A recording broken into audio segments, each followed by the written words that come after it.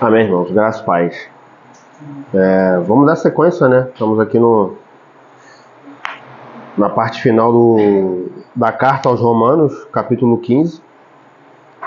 Na reunião anterior nós lemos do capítulo do versículo 14 até o 21, onde Paulo começa aqui essa parte final a mostrar o propósito dele de ter escrito a carta aos irmãos de Roma, né? E aí Paulo continua aqui mostrando o desejo do seu coração de estar com os irmãos em Roma, né? A finalidade dele estar escrevendo esta carta. E aí vamos ler os versos do verso 22, Romanos 15, verso 22 em diante.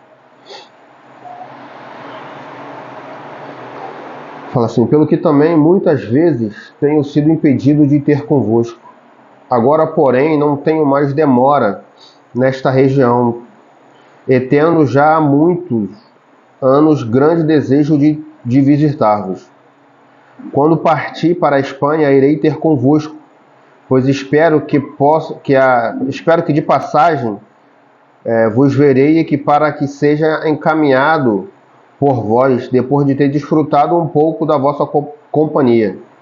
Agora, porém, vou a Jerusalém a serviço dos santos, pois pareceu bem a Macedônia e a Caia fazer uma coleta para os pobres dentre os santos que estão em Jerusalém. Isto lhe pareceu bem, como devedores que são para com eles, pois os gentios foram participantes dos seus bens espirituais. Devem também ministrar-lhes os temporais.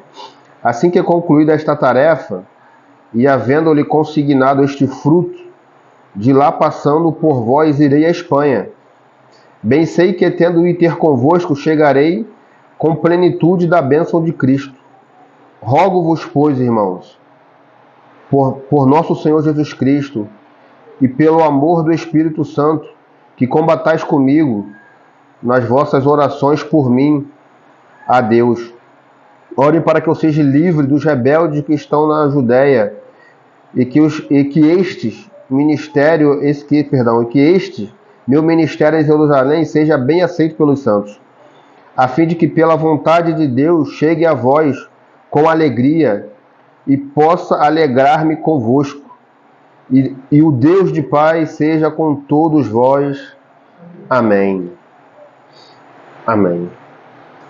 Então essa parte aqui é uma parte bem importante, porque Paulo começa a traçar aqui o propósito dele ir para a Espanha, né? O objetivo. E Paulo pede a oração dos irmãos, né? Em favor desse desejo que Paulo tinha há muito tempo de ter com os irmãos em Roma, mas havia sido impedido, né?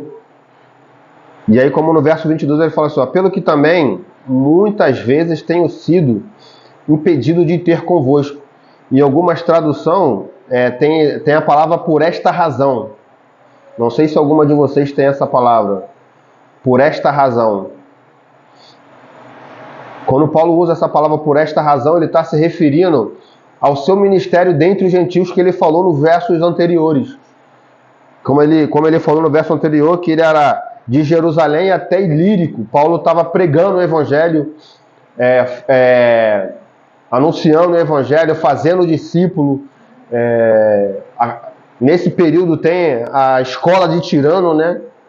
Então Paulo estava bem enganjado com o seu ministério. E parece que por essa razão, por isso que ele fala, por esta razão, fui impedido de ter convosco. A razão era todo esse trabalho que Paulo estava fazendo naquelas igrejas de Jerusalém até o Ilírico. Então Paulo havia fundado a igreja, havia confirmado o presbitério, Paulo havia feito os discípulos, né? Teve a escola de Tirano, onde Paulo ficou um tempo. Então, Paulo não pela vontade de Deus, Paulo não tinha essa liberdade no espírito de ter com os irmãos. Então agora Paulo, por isso que no verso anterior ele começa a falar que agora, porém já não tem mais campo para ele, né? que como ele sentiu que já tinha concluído o seu ministério ali, agora ele se sentiu livre para ir visitar os irmãos. Então, por esta razão, quando ele usa esse verbo por esta razão, ele foi impedido, ele está se referindo a todo esse contexto da vida de Paulo, né? Todo o seu ministério entre os gentios, de pregar o evangelho onde Cristo não for anunciado, porque esse foi o ministério de Paulo, né? Então, onde Cristo não havia chegado, Paulo chegava para pregar o evangelho. Então, por isso que ele falou de Jerusalém até o Ilírico. Então, se você pegar essa região, é uma região muito extensa, que foi a região dos gentios, né? Gentil era toda aquela região que saía de Jerusalém e de Judéia. Tudo aquilo que estava fora dessa região era considerado como gentil. Então, essa foi a comissão de Paulo. E Paulo teve bastante trabalho. Então, por isso que ele fala, por esta razão, fiquei impedido de ter convosco. E aí, quando a gente vê eu estava lendo esse texto, eu lembrei uma certa feita, o Clécio deu uma experiência, né? Que que tem a questão da vontade de Deus e tem a questão também que Satanás muitas das vezes nos impede. Eu estava lembrando do Clécio que ele falou que ele ia visitar uma igreja e aí ele teve um sonho, e nesse sonho aparecia um homem forte, escuro, né, com cabelo branco. E aí naquela ocasião ele percebeu que não era para ele ir, que ele ia enfrentar um principado muito forte, que ele precisava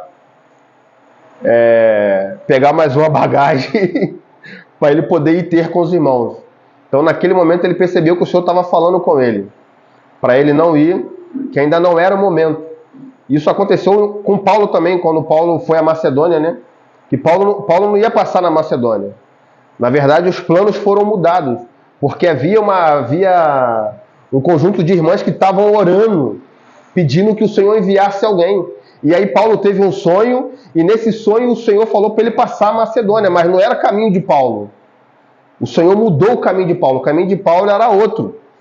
Mas por ele compreender que a vontade dele não é, que a vontade de Deus é soberana sobre a sua vontade, então ele percebeu a direção do Espírito e foi para Macedônia. E lá ele encontrou esse grupo de irmãs que estavam orando à beira do rio. E aí Paulo anunciou o Evangelho. As irmãs estavam esperando, e a resposta da oração das irmãs foi o anjo aparecendo para Paulo em sonho e falando para Paulo não ir para onde ele queria, para ele passar para a Macedônia. Então Paulo entendeu a direção e Paulo foi. Então Paulo era alguém que não era ligado pelas suas emoções. A vontade de Deus era soberana na vida de Paulo. Embora Paulo tinha alguns desejos dele, mas os desejos dele não sobrepunham a vontade de Deus. Então, a gente lê isso em Atos. Se eu não me engano, é Atos 16. Vamos dar uma olhada lá. Não é Atos não, isso é Tessalônica, mas vamos ler Atos 16, verso 6.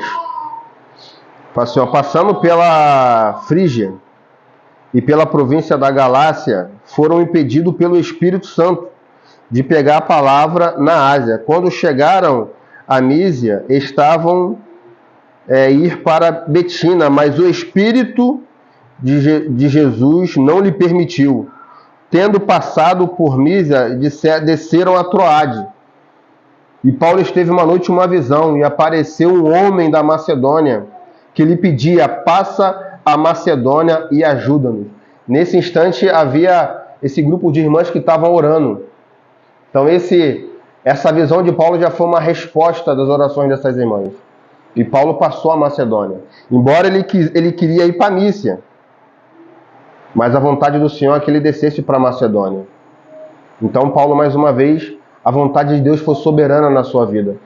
A mesma coisa acontece com essa questão de Roma. Paulo, quando está escrevendo aqui para a carta de Roma, Paulo está em Coríntio. Se você pegar geograficamente, Paulo está muito próximo de Roma. Paulo está muito próximo de Roma. Mas Paulo entendeu que a vontade do Senhor não era que ele fosse naquele instante para Roma, que ele tinha que ir para Jerusalém. Porque ele entendeu que a comissão que ele tinha de levar as ofertas o socorro aos santos, era mais importante naquele momento do que o seu desejo de ter com os irmãos de Roma. Então Paulo fez um trajeto completamente contrário, voltou para Jerusalém, e aí Paulo envia a carta para a igreja de Roma. Paulo, se você pegar o mapa, geograficamente, ele estava muito próximo. O porto de Corinto era muito próximo do porto de Roma. Ele fez um caminho completamente maior indo para Jerusalém do que indo para Roma. Mas o socorro aos irmãos foi mais importante do que o desejo de ter com os irmãos. Porque os irmãos estavam passando uma necessidade. Por isso que ele entendeu que era mais importante ele socorrer os irmãos naquele momento do que ir a Roma. E aí ele enviou a carta. Enviou a carta com o desejo de futuramente ir. Mas lá na frente nós vamos ver que Paulo não foi para Roma como ele desejou ir. Os planos de Deus foram infinitamente maiores para Paulo do que ele imaginava. Embora Paulo chegue a Roma como prisioneiro. Paulo não chegou a Roma como ele queria, para desfrutar dos irmãos, não. Ele chegou a Roma como prisioneiro político. E dali Paulo morre. Paulo não chegou como ele queria, mas chegou como o Senhor queria. Por isso que ele vai falar, o evangelho chegou, a abrangência do evangelho chegou a lugares que Paulo, se ele não tivesse preso, o evangelho não chegaria. Paulo fala aos Filipenses, fala, os da casa de César o saúdam. O evangelho chegou até o palácio, o evangelho chegou na casa de César, a guarda pretoriana creu no Senhor. Isso talvez para Paulo fosse algo inimaginário. Porque quando Paulo vai para Roma, ele fica preso numa casa, que ele era um preso político, e quando ele é preso numa casa, ele é algemado com um soldado. Então havia turno. Então, provavelmente, cada soldado que ficava com Paulo iam crendo no Senhor. Então, por isso que ele fala, os da casa de César. Quando ele fala os da casa de César, ele está falando da guarda pretoriana.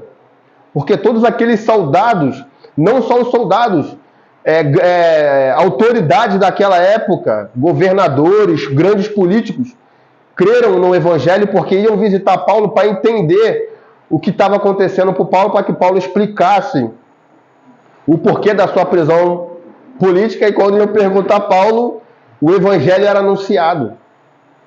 Então, muitas daquelas, por isso que os da casa de César o saúdam. Então, outrora, a guarda pretoriana que perseguia, que matava os irmãos, agora ela creu no evangelho por causa da prisão de Paulo. Então, o Senhor fez algo muito superior com Paulo do que ele imaginava. Ele queria pregar na Espanha, e não só isso, as cartas de Paulo da prisão, que é Efésios, Colossenses, Filipenses, Filemão, até hoje ecoam como legado de Paulo. Então o seu evangelho chegou a lugares que ele nem imaginava chegar. O evangelho de Cristo. Por isso que ele fala, por mais que eu esteja preso, algemado, mas o evangelho de Cristo não. O evangelho chegou a lugares que Paulo nem imaginava chegar. Embora o desejo do seu coração era ir para a Espanha, mas os planos de Deus para a vida de Paulo eram muito maiores do que Paulo imaginava. Paulo chega à Espanha, mas não como ele queria. Ele vai chegar à Espanha como prisioneiro. E fala que as suas prisões, ele era um prisioneiro de Cristo, porque ele foi preso por causa do Evangelho. Então é isso que ele está falando aqui. Ele fala no verso 20, Romanos 15. Vamos voltar lá. Vamos voltar para Romanos. Ele fala assim, agora porém, que não tenho mais demora desta região, mas demora nesta região, tendo já muito anos, grande desejo de ter convosco. Então Paulo havia, como eu falei ontem, havia um desejo muito grande de Paulo há tempos de ter com os irmãos de Roma, visando essa estadia em Roma para que ele fosse para a Espanha. Mas não tinha essa liberdade ainda no seu espírito. Então Paulo entende que agora ele concluiu naquela região a comissão que o Senhor tinha dado para ele. Que agora já havia igrejas já estabelecidas, já havia um grupo de cooperadores que visitavam essas igrejas suprindo. Então Paulo entende que aquela região já ficou uma região que o evangelho já foi anunciado. Então, o comissionamento dele aí onde o Senhor não havia chegado, então Paulo agora estrategicamente ele visa Espanha, porque o evangelho ainda não tinha chego à Espanha. O evangelho vai ser pregado na Espanha no século II. O evangelho ainda não tinha sido pregado na Espanha. Então Paulo visa Roma como uma cidade estratégica, para que os irmãos de Roma o suprissem, tanto na questão espiritual como na questão financeira, e que ele fosse para a Espanha. Esse era o plano de Paulo. Por isso que ele fala que tendo porém não mais demanda naquela região, então agora ele deseja ir para a Espanha. E aí, como é que ele fala? Com muito desejo de ir ter convosco. Então Paulo havia esse desejo no coração de Paulo, é um desejo antigo, de ir para Roma, de ir para a Espanha, para pregar o evangelho. Então agora essa região de Jerusalém até o Ilírico, as igrejas já foram fundadas, os irmãos já estão consolidados, Paulo já tem a escola de Tirano, tem o conjunto de cooperadores que mesmo na sua ausência dão sequência ao evangelho anunciado. Por mais que Paulo não ia, quando ele enviava um cooperador seu, era o mesmo que Paulo estar ali. Então Paulo estava tranquilo que essa região, que a comissão que o Senhor tinha dado ele naquela região, ele tinha cumprido. Então que Paulo não queria ficar só ali. Parece muito, né? Olhando assim, tu vê a região, fala, rapaz, talvez o outro fale, não, agora eu descanso, eu vou na plenitude aqui, desfrutar disso. Mas o desejo de Paulo era que o evangelho chegasse a todo canto da terra. E por isso que Paulo não poupou a sua vida. Ele vai falar em 2 Coríntios 11, que ele foi perseguido, foi maltratado, sofreu naufrágio, e foi esbofeteado, foi chicoteado, foi preso. Mas ele não deixou de anunciar o evangelho. Porque Paulo teve uma visão. E a sua vida foi em torno daquilo que ele viu. Sua vida foi governada pelo que ele viu. Ele abriu mão de tudo que ele era e que ele tinha para que Cristo fosse anunciado. Paulo abriu mão de tudo. Então Paulo está falando aqui com os irmãos que agora há uma liberdade que ele entendia de ter com os irmãos, de estar desfrutando da presença dos irmãos, da comunhão, que agora a sua comissão naquela região o Senhor já havia concluído. Então, estrategicamente, Paulo está subindo para a Europa, né? Está passando Roma, Espanha, Paulo está expandindo o evangelho. Porque, como foi falado lá em Jerusalém, né? Jerusalém, Samaria e até os confins da terra. O evangelho é para toda criatura. Para toda criatura. Então Paulo tinha essa comissão forte no seu coração. Paulo abriu mão de tudo, irmãos. Paulo vai falar que ele jogou tudo por esterco, pelo sublime conhecimento de Cristo Jesus. Então Paulo abriu mão da sua vida, abriu mão do seu direito, talvez de desfrutar de coisas legais, legíveis, para que Cristo fosse engrandecido, para que o evangelho tomasse a proporção que temos hoje. Paulo, por isso que ele fala, trabalhei mais do que todos, não eu, mas a graça de Deus em mim.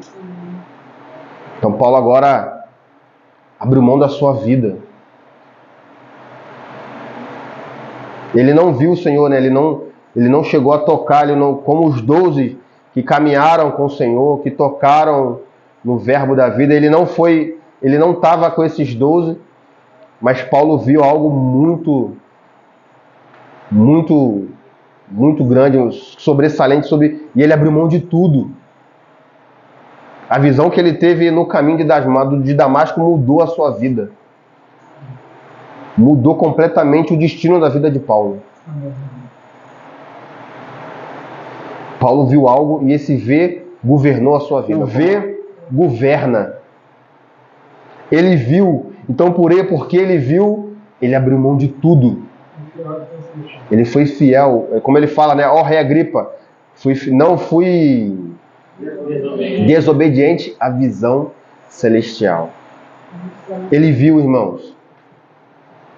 Ele viu. E quando você vê, irmão, quando a gente vê ainda como tronco de árvores, né? Não a visão, mas na visão superficial, a gente ainda tem muito desejo nosso. Agora, quando a gente vê o Senhor como de fato Ele é, a gente cai por terra. Nos prostramos diante dEle. E nada mais tem valor para nós a não ser cumprir cabalmente o que o Senhor colocou, a comissão do Senhor na nossa vida. E Paulo viu. Por isso que o Senhor usou grandemente. Então agora aqui Paulo está dizendo que o seu serviço estava concluído. Sendo que Paulo, ele, como alguém instruído, Paulo está fazendo aqui um planejamento de como ele quer chegar na Espanha. Paulo está se planejando. Ó, vou para Roma primeiro. De Roma, vou ter com a igreja, penso que a igreja de Roma possa me suprir com ofertas, com acolhimento, estadia. Não só isso, para viajar para Roma também, companheiros de viagem. Paulo não andava sozinho. Então Paulo está montando aqui uma estratégia, um planejamento. Paulo está se planejando. Por mais que Paulo tenha consciência, irmãos, que a resposta final vem do Senhor. O coração do homem está em fazer planos. Fazer planos não é errado. Até porque, como cristão, temos que ter um objetivo. Qual é o nosso objetivo, irmãos? Temos algum objetivo? Ou só nos reunimos por reunir? Isso falando como cristão e também como pessoas. Precisamos ter objetivo, traçar objetivos. Mas tendo sempre em vista que a vontade de Deus é soberana sobre tudo. A vontade de Deus há de prevalecer. Por mais que, como diz Lucas, né? 14, eu vou pegar o verso 28. 28 em diante. O Cristo está falando uma parábola, né? Claro que essa parábola aqui ele está falando do custo do discipulado, mas isso nós podemos aplicar para a nossa vida. Porque, irmãos, precisamos tentar avaliar qual o custo, qual o preço a ser pago. O preço que Paulo pagou foi a sua própria vida, ele abriu mão da sua vida, abriu mão do seu direito, abriu mão da sua vontade.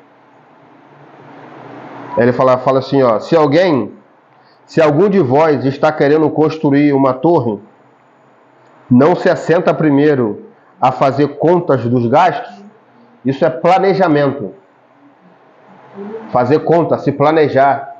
Isso serve tanto para a nossa vida espiritual, quanto para a nossa vida pessoal.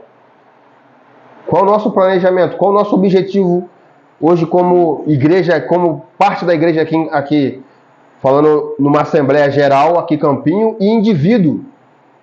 Você tem algum objetivo espiritual? Você almeja alguma coisa ou estamos aqui por estar, irmãos? Se não tem uma finalidade, irmãos, se não tem um objetivo, não se chega a lugar nenhum. Qual é o nosso objetivo hoje? O que o Senhor tem pedido de nós? O que o Senhor tem pedido para cada um? Então precisamos sentar, planejar. Aí ele vai falar aqui, né? Fazer conta dos gastos para ver se tem como acabar. Para que não acontecendo que depois de haver lançado os alicerces, e não podendo acabar, todos os que virem comecem a zombar, dizendo: este homem começou algo e não pode acabar de construir. Muitas das vezes começamos algo e paramos pelo caminho. Porque o preço a ser pago, irmãos, é a nossa vida. O preço a ser pago é abrir mão do nosso direito, abrir mão da nossa vontade. Muitas das vezes não é o que nós queremos, mas é o que o Senhor quer. Amém.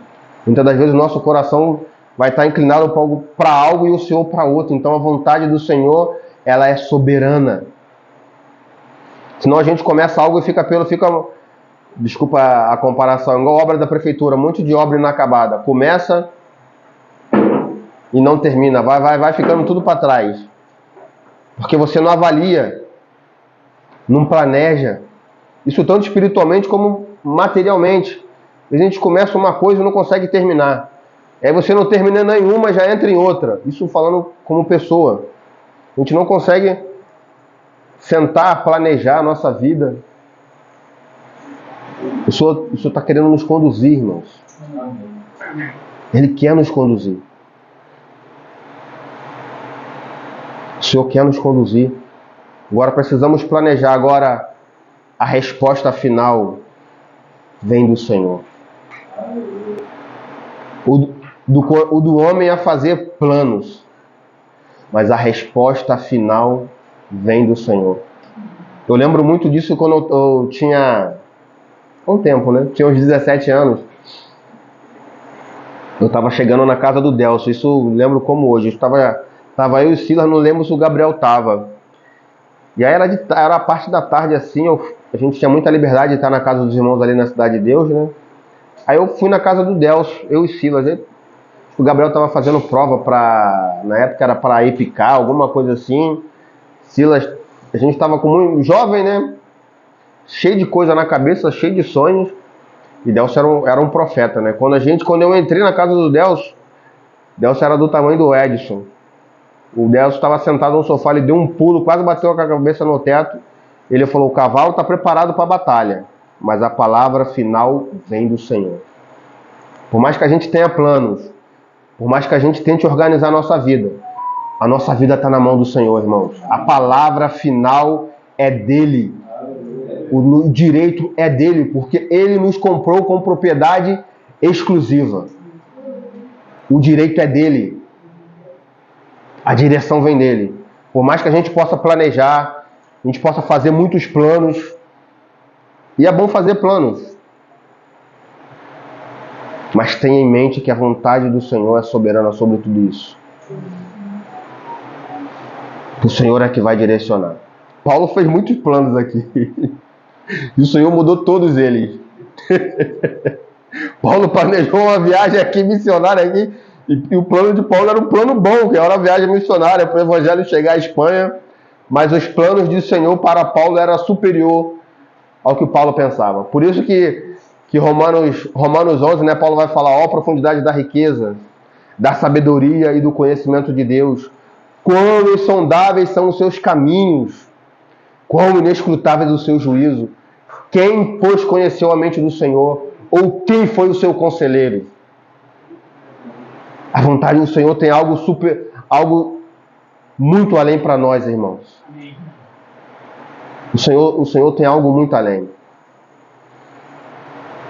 Paulo, o evangelho, o propósito de Deus para a vida de Paulo era superior ao que Paulo... O desejo de Paulo era chegar à Espanha. O desejo do Senhor era até os confins da terra. Mas, para chegar até os confins da terra, Paulo teve que ser preso. Paulo pagou um preço. O evangelho chegou até os confins, mas Paulo foi encarcerado. Olhando assim, parece... que plano é esse? Um dos maiores apóstolos da época que estava levando o evangelho e preso. Mas o plano do Senhor era muito, muito superior a isso. Por isso que Paulo aqui, por mais que Paulo estava preso, o evangelho não estava. O evangelho foi anunciado. Amém. Mesmo que em prisões. mesmo que em prisões. Vamos voltar para Romanos 15, verso 24.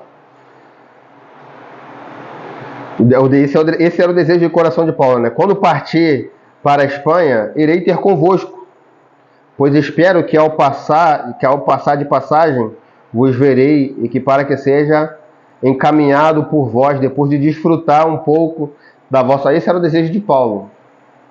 Desfrutar da comunhão, desfrutar do acolhimento dos irmãos. Essa era a vontade de Paulo. Mas veio 25 é algo muito emblemático, irmãos. Porque o que acontece é que ele fala assim, ó, mas agora, porém, vou a Jerusalém a serviço dos santos.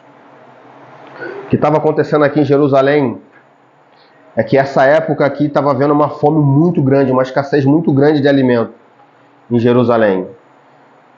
E aí as igrejas da Ásia Menor se propuseram a levantar uma oferta para suprir esses irmãos de Jerusalém. Porque quando a gente vê a igreja de Jerusalém, ajudar Jerusalém, quando a gente vê Atos, os irmãos vendiam as suas propriedades e desbotavam os pés dos apóstolos. Como é que Jerusalém está precisando de ajuda? A gente pode pensar, parar para pensar, começar a questionar, como é que está... Aí você vê o que aconteceu em Jerusalém. Pregação de Pedro, quase 3.000 almas.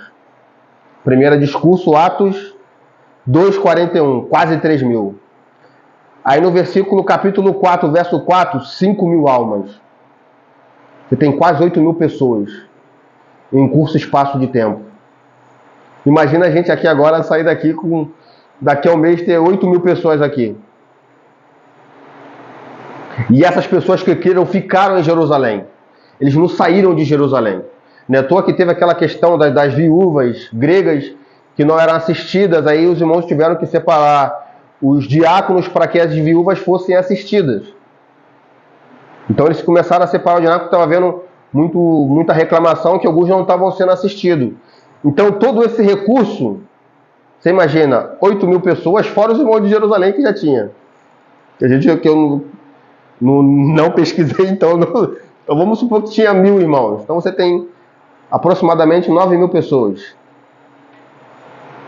E aí os irmãos foram ofertando, mas o recurso vai acabando.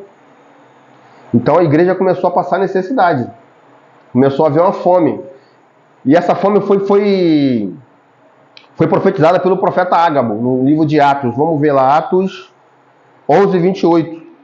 Isso já havia sido anunciado. Atos 11:28. Que haveria esse período de escassez, de fome. E é nesse período aqui que Paulo está levando essa ajuda aos irmãos. Então Paulo julgou mais importante suprir os irmãos naquele momento do que partir para Roma. A ajuda aos irmãos necessitados foi mais importante. E Paulo não quis encarregar ninguém disso. Ele quis ir pessoalmente. Atos 11:28. Vamos ler o 27. Fala assim, ó, naqueles dias disseram profetas de Jerusalém para Antioquia. Levantou-se um deles chamado Ágabo e anunciou pelo Espírito que haveria uma grande fome em todo o mundo, a qual aconteceu no reinado de Cláudio. Então os irmãos estão passando por uma escassez muito grande. E as ofertas que as igrejas da Macedônia levantaram foi uma oferta vultuosa, bem grande. E eram igrejas pobres, irmãos. Se você pegar o contexto das igrejas, dessas igrejas, não eram igrejas ricas. Era igreja pobre. Isso a gente vai, quando os irmãos lerem depois, ler 2 Coríntios, capítulo 8 e capítulo 9, ele vai falar dessas ofertas. E os irmãos não eram irmãos ricos. Eram irmãos pobres. As igrejas eram pobres.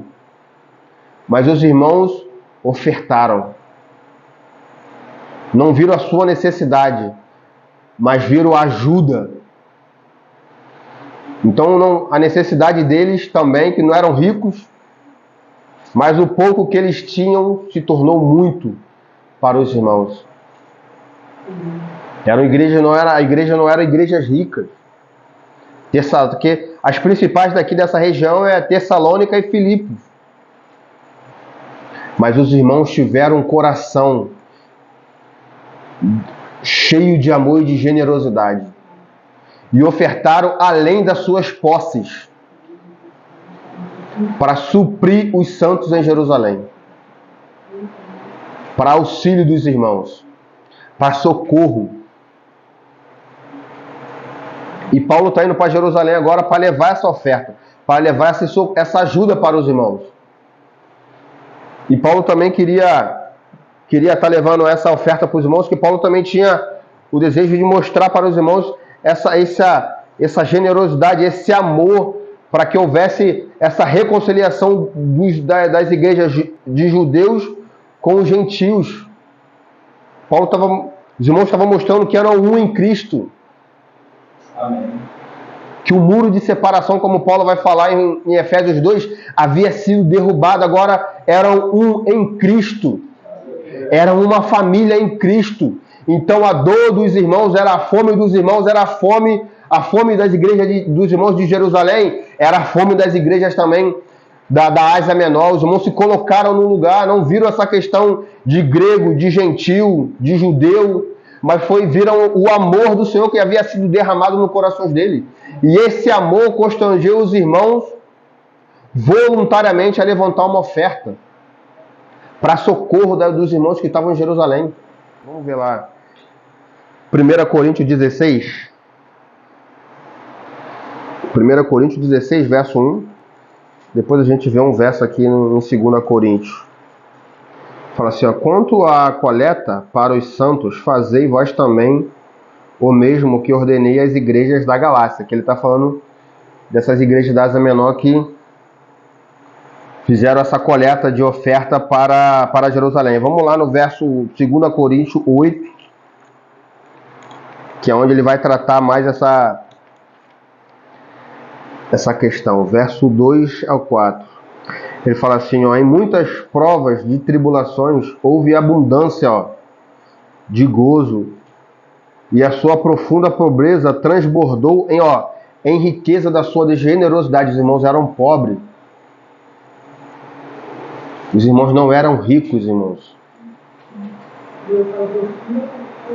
Profunda pobreza. Os irmãos eram mais que pobres. Mas o pouco que os irmãos tinham, os irmãos abençoaram os irmãos de Jerusalém. Como aquela oferta da viúva pobre, né? Foi a menor oferta que foi colocada, mas foi a que tinha mais significado, porque ela não deu o que estava sobrando. Ela deu tudo o que ela tinha. E os irmãos não estão vendo a sua pobreza. Porque talvez se os irmãos fossem ver a sua pobreza, os irmãos pudessem se guardar, mas houve profunda generosidade. Os irmãos deram além da sua condição. Ou seja, a questão das ofertas, irmãos, não é baseada na nossa condição, na nossa necessidade. É um coração. É o coração, irmãos. Se o nosso coração estiver repleto de generosidade, você pode dar 10 reais. E esses 10 reais ser aceito pelo Senhor como oferta agradável. Eu posso dar 100, a minha oferta não ser agradável porque eu estou dando o que sobra. Eu estou dando o que sobrou do meu salário, eu estou dando para o Senhor. O que sobrou, sobrou 100 reais. Mas quando eu dou a primícia, isso é generosidade. Não está baseado na nossa condição, mas é na questão do nosso coração. No nosso coração não ser um coração avarento. Porque a avareza, irmão, não está relacionado à riqueza. Eu posso ser pobre e ser avarento. Eu posso ser rico e ser generoso. Isso não está ligado com você ter muito ou ter pouco, mas é um coração. E que o Senhor ganhe o nosso coração, irmãos.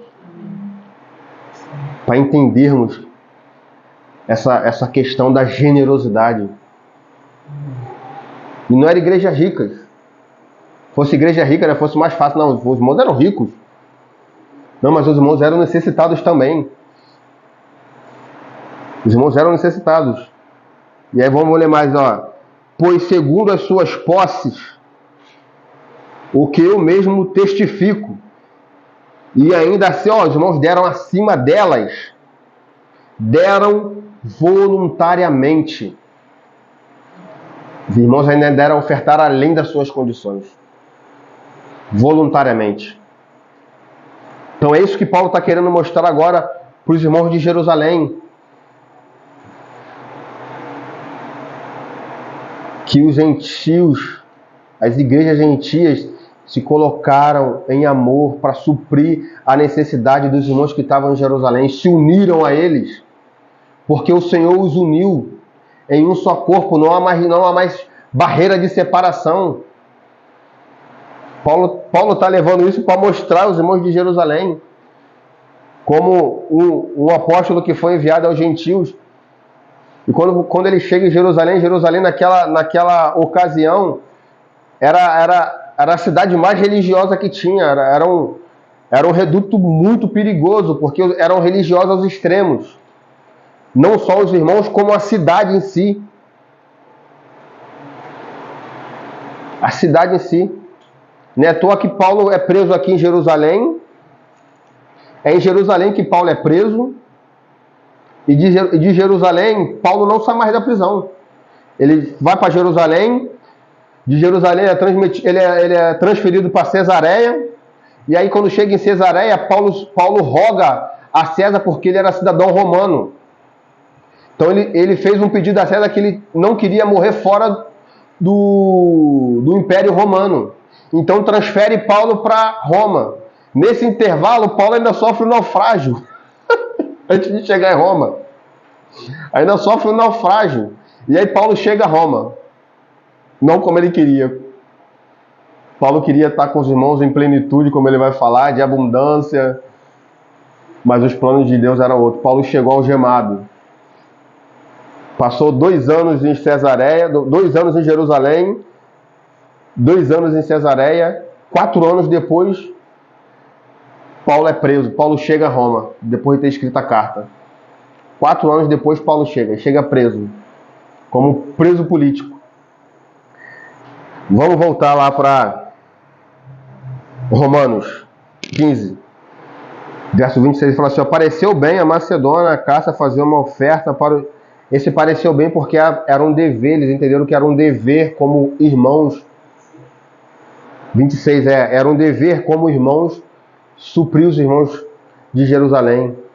Porque eles se achavam devedores, porque a promessa foi para os judeus, o Messias foi para os judeus, a lei foi para os judeus.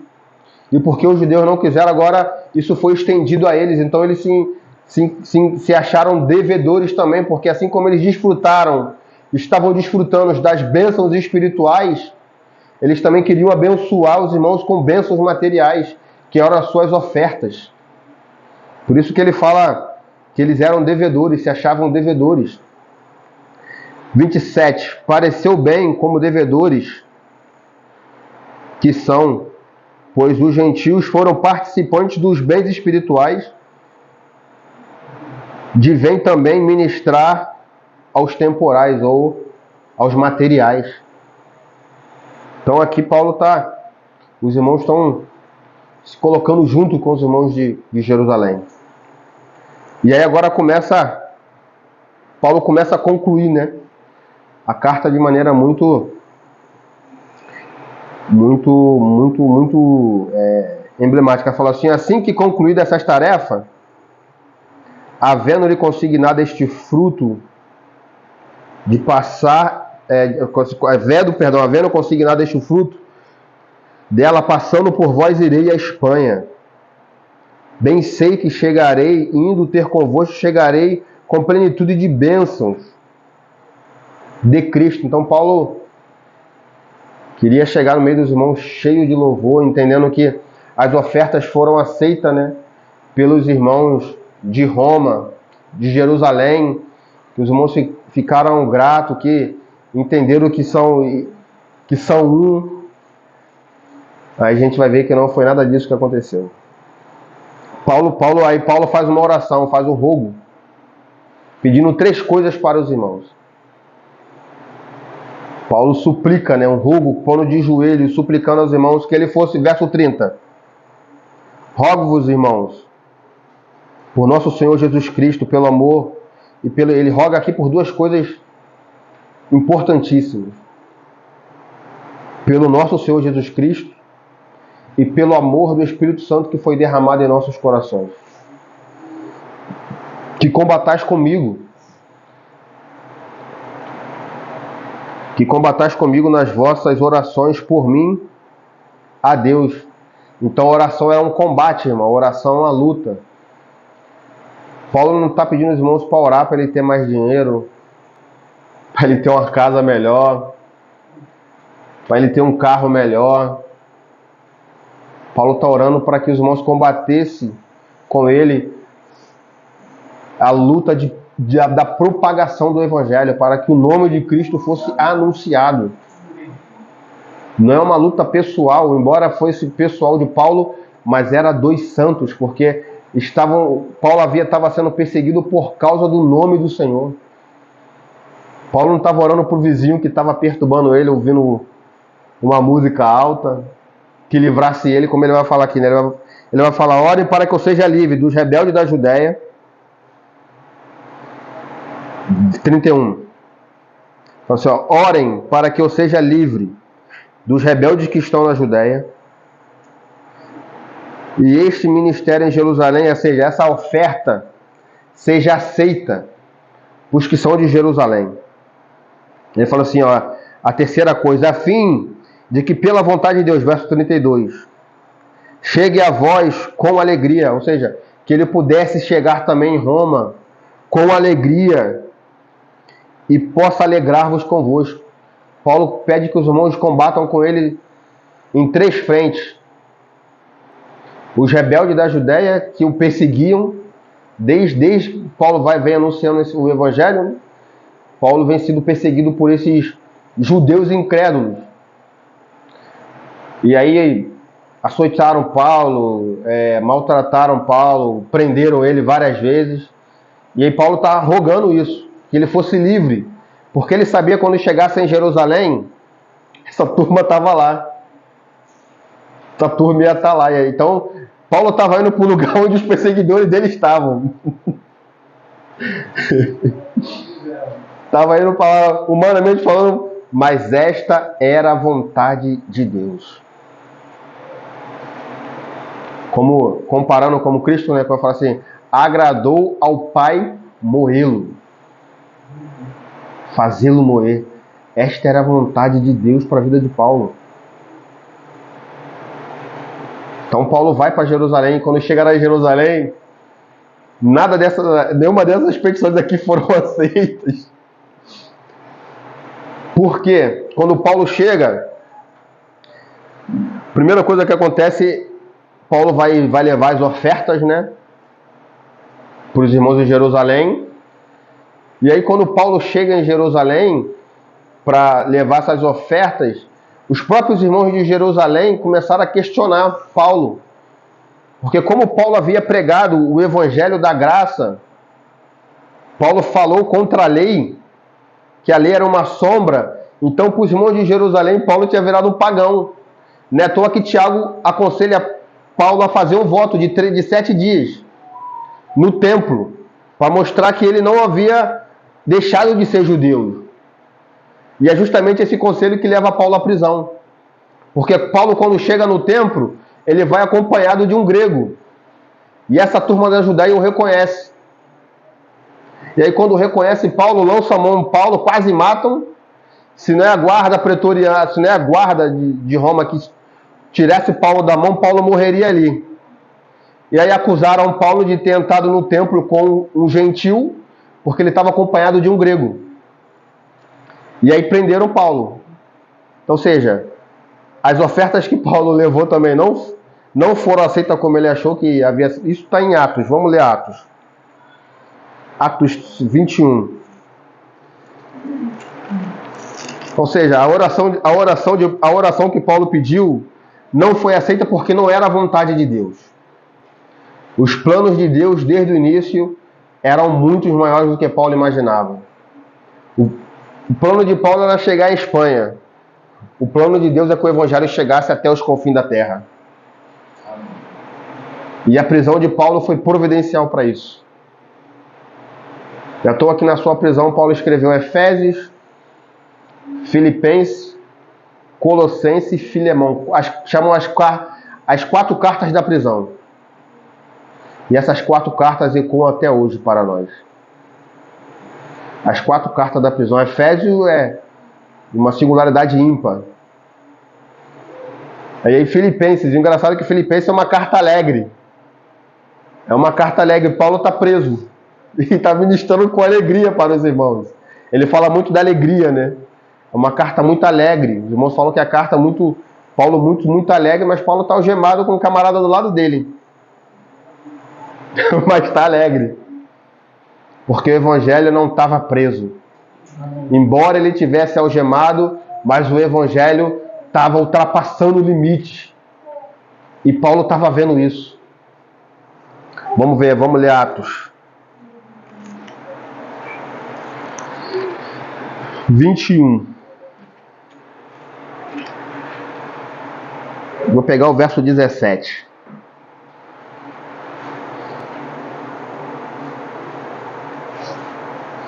Fala assim, acharam? Fala assim, ó, logo que chegamos em Jerusalém, os irmãos nos receberam com alegria. Ou seja, Paulo chegou em Jerusalém na sua viagem com as ofertas, os irmãos o receberam com alegria. Aí ele fala assim, no dia seguinte Paulo foi conosco à casa de Tiago, e todos os presbíteros compareceram, ou anciões, né? Paulo saudou-os, contou com detalhe o que por seu ministério Deus fizera entre os gentios. Ouvindo ele isto, glorificaram a Deus e disseram, olha, irmão, quanto milhares de judeus que há que creem, e todos são zelosos da lei. A respeito de ti foram informados que ensinas todos os judeus que estão entre os gentios a se afastar da lei de Moisés. Ou seja, eles estavam entendendo que Paulo estava pregando contra a lei. Porque Paulo havia entendido que a lei era uma sombra de tudo o que aconteceu, que Cristo era a realidade. Que agora havia se cumprido em Cristo. Então, para os judeus zelosos, Paulo havia se tornado um pagão. Quando fala pagão é que ele tinha abandonado a sua fé judaica. Por isso que ele está falando assim, ó, muitos estão achando que você abandonou, deixou, dizendo que não deve mais circuncidar-se seus filhos, nem andar segundo o costume da lei. A falar, que faremos? Certamente te ouvirão que é chegado. Fazei, pois, que te dizemos. Temos quatro homens que te fizeram voto, ó. Aí aqui agora, eu não vou ler tudo aqui, porque aqui agora eles vão, os presbíteros junto com o Tiago vai falar para Paulo fazer esse voto de 7 dias. E aí Paulo, quando os irmãos lerem mais embaixo, quando Paulo chega, Paulo é preso, porque ele levou com ele um gentil. Se eu não me engano, o nome dele era... Isso, Trófimo, isso aí. Então Paulo foi preso. E aí quando Paulo é preso, Paulo fica 2 anos em Jerusalém, vai para Cesareia. Nesse período de Cesareia, Paulo fica 2 anos em Cesareia. E aí é onde ele pede para ser transferido para Roma. 4 anos depois de Paulo ter escrito a carta, Paulo chega a Roma. Não como ele queria, mas como o Senhor queria. Chegou como prisioneiro político. E aí Paulo, nessa questão de ser prisioneiro político, o evangelho chega até a guarda pretoriana. Porque Paulo ficou... Isso era inimaginário para os irmãos naquela época. A guarda pretoriana, a guarda pessoal de César, crê no evangelho. Mas esse era o plano de Deus. Esse era o plano de Deus. Mas para que esse plano fosse concluído, Paulo passou por prisões. Paulo passou por privações. mas o nome do Senhor foi glorificado. Por isso que ele vai falar, vamos ler 2 Coríntios.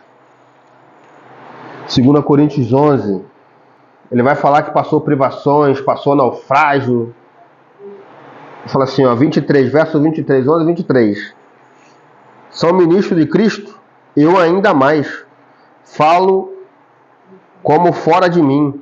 Eu trabalhei muito mais em açoite, mais do que eles. Em prisões, muito mais. Em perigo de morte, muitas vezes. 5 vezes recebi dos judeus uma quarentena de açoite, menos um. 3 vezes fui açoitado com vara. Uma vez fui apredejado. 3 vezes sofri naufrágio. Uma noite e um dia passei no abismo. Em viagem muitas vezes em perigo de rios, em perigo de assaltante, em perigo entre patrícios, entre gentios, perigo nas cidades, perigo no deserto, perigo no mar, perigo dentre os falsos irmãos, em trabalho e fadiga, em vigia muitas vezes, em fome e sede, em jejum, muitas vezes frio, nudez, enfim. Paulo abriu mão da sua vida, abriu mão do seu bem-estar, abriu mão de tudo pelo Senhor. Por isso que ele fala que ele jogou tudo por esterco. Talvez eu, na minha condição, se eu sofresse o primeiro açoite aqui, eu já tinha reavaliado muita coisa. Mas 5 vezes fui açoitado, se não foi uma vez não, foi 5. Sofreu prisões, passou fome, naufrágio, irmão. E nós queremos o quê? Queremos uma vida fácil no Evangelho, irmão? Isso é sentar para se planejar. Quer servir o Senhor? Não quero desanimar os irmãos, não. Mas muitas das vezes nós vamos ser mal interpretados. Vamos sofrer perseguições. Muitas das vezes dos de casa. Paulo fala aqui dos falsos irmãos. Você fala assim, como o João fala, né? Estavam no meio de nós, mas não era de nós. Muitas vezes você vai ser mal interpretado. Vai ficar sozinho. Paulo fala, todos me abandonaram. Menos Lucas. Andar com Paulo não era fácil. Andar com Paulo, você estava no perigo da morte a todo instante. Então você tinha que ver também, senão você corria dele. Se você não tivesse uma visão clara, você corria de andar com Paulo. Porque Paulo estava aqui, não, Paulo, gosto muito de você, mas vai lá que eu fico. Vou ficar orando. 5 vezes bofeteado. Vai que sobra um para mim aí. Mas Paulo viu, irmão. Paulo viu. E porque ele viu, a graça de Deus foi abundante na sua vida para ele suportar tudo isso. A força que Paulo tinha não era uma força humana, porque humanamente falando, irmão, não tem como ninguém suportar isso. É a graça de Deus, por isso que ele fala, não eu, mas a graça de Deus em mim. É a graça de Deus que nos capacita a passar pelas provações, pelos desertos, pelas provações. É a graça de Deus. Não é porque nós somos bons, não é porque Paulo era dotado de conhecimento, mas é porque a graça de Deus o capacitou. A graça de Deus o supriu. E por isso Paulo suportou tudo isso. Por amor ao Senhor. É por amor ao Senhor. Então Paulo não podia voltar atrás.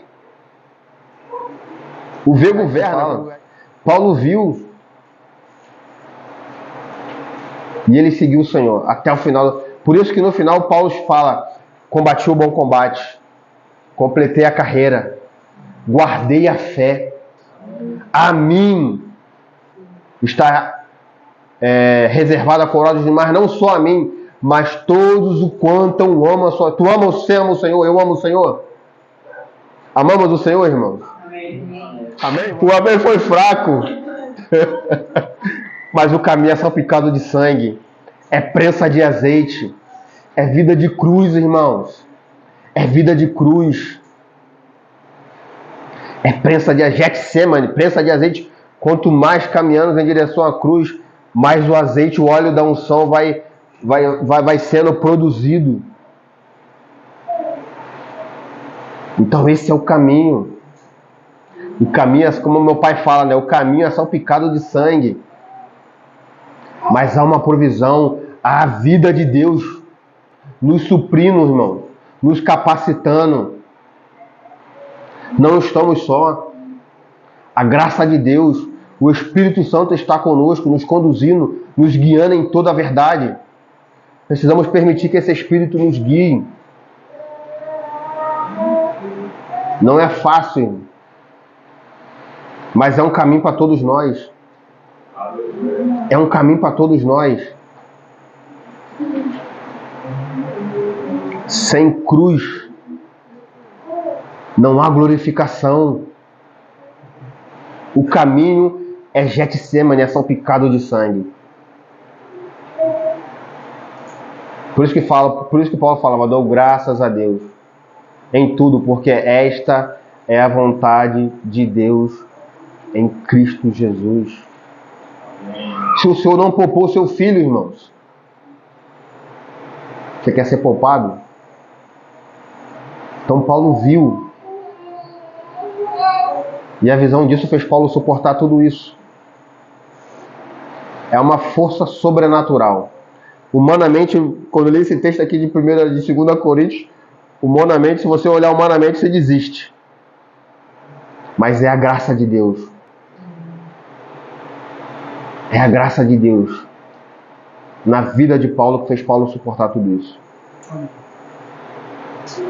E é por isso que aí vamos ler Filipenses, por isso que ele vai falar.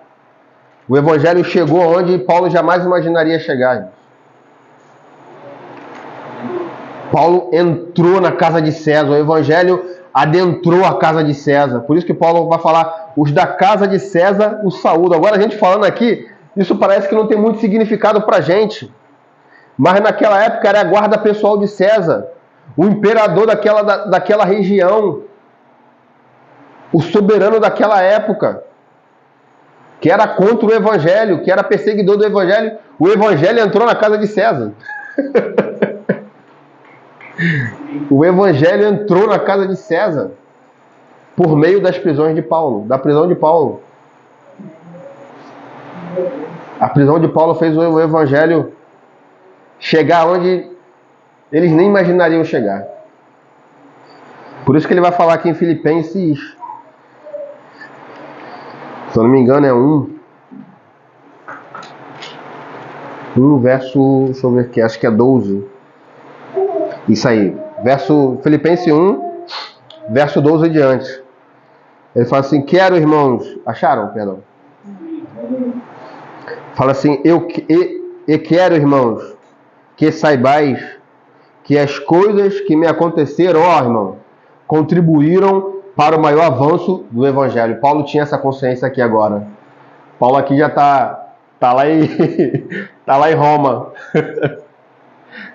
4 anos depois de ir para Jerusalém, Paulo chega aqui em Roma e Paulo entende que as coisas que me aconteceram contribuíram para o maior avanço do Evangelho, de maneira que as minhas cadeias em Cristo se tornaram conhecidas de toda a guarda pretoriana, de todos os demais, toda a guarda pretoriana. A guarda pretoriana era a guarda pessoal de César. Era a tropa de elite de César.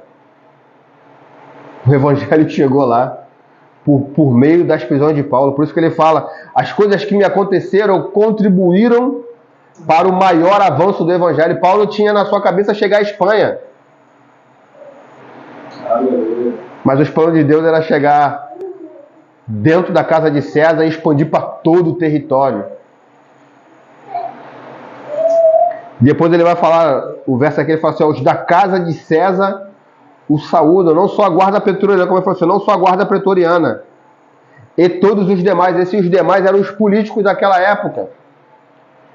Porque os políticos daquela época ficaram sabendo do caso de Paulo, governadores, eles iam lá conversar com Paulo para entender o que havia ocorrido com Paulo. E quando se chegava perto de Paulo, a única coisa que saía era o Evangelho. Paulo lhes anunciava o Evangelho. Então muitos deles creram no Evangelho por meio das prisões de Paulo. Então o Evangelho chegou a lugares onde Paulo nem imaginava, como ele falou, né? A minha cadeia contribuiu para o avanço do Evangelho. E aí daqui Paulo não chega à Espanha. Não há relato de que Paulo chegou à Espanha. Paulo ficou aqui em Roma mesmo. Daqui de Roma ele é morto. Ainda estou aqui, ele manda a carta para Timóteo, né? E aí na carta de Timóteo ele fala que já a hora dele já estava chegada, já estava para ser derramado por libação. Então Paulo não chegou à Espanha. O Evangelho foi chegar na Espanha, se não me engano, no século II. Mas o Evangelho chegou a muitos outros lugares. A carta circular de Paulo chegou a lugares que ele nem imaginava chegar. Chegou até nós. Chegou até nós hoje como um legado. Então o Evangelho foi propagado. E o nome do Senhor foi engrandecido. O nome do Senhor foi engrandecido. Por isso que Paulo no final, ele com muita consciência, né, fala: completei a carreira, guardei a fé, combati o bom combate, completei a carreira, guardei a fé. E agora chegou a hora de Paulo ser derramado como libação. O Evangelho continua sendo pregado até hoje pelos escritos de Paulo, endossado pelo Espírito Santo. As palavras de Paulo, inspiradas pelo Espírito Santo, estão até hoje nas Escrituras nos inspirando, nos ensinando, nos admoestando. As prisões por isso que ele fala com muita consciência, né? Que tudo que me aconteceu contribuiu para o maior avanço do Evangelho. E Paulo, parece triste, né? Paulo não chegar à Espanha, mas o plano do Senhor é esse para a vida de Paulo. Paulo foi um arauto do Evangelho. A sua morte, antes da sua morte, o Senhor usou grandemente. E aí nós temos hoje essas 4 cartas da prisão, né? Que são Efésios, Filipenses, Colossenses e Filemão. Nos instruindo, nos ensinando. E o nome do Senhor é glorificado até hoje quando lemos ela. Porque são palavras inspiradas pelo Espírito. Por isso que agora, finalizando, precisamos planejar. O que temos planejado para a nossa vida, irmãos? Espiritual. Ou só vivemos, estamos aqui por estar, vamos sendo, deixa a vida me levar. Precisamos sentar, planejar, ver o custo, como fala em Lucas, e o custo é esse, a nossa vida. Esse é o preço, a nossa vida derramada aos pés do Senhor. Nossa vida para que o nome do Senhor seja glorificado. Abrir mão da nossa razão, isso não é fácil. Precisa da obra do Espírito, da nossa justiça própria, da nossa vontade. Temos muita vontade, irmãos. Mas a vontade do Senhor deve ser soberana na nossa vida. A vontade do Senhor precisa ser soberana, para que o nome dele seja glorificado.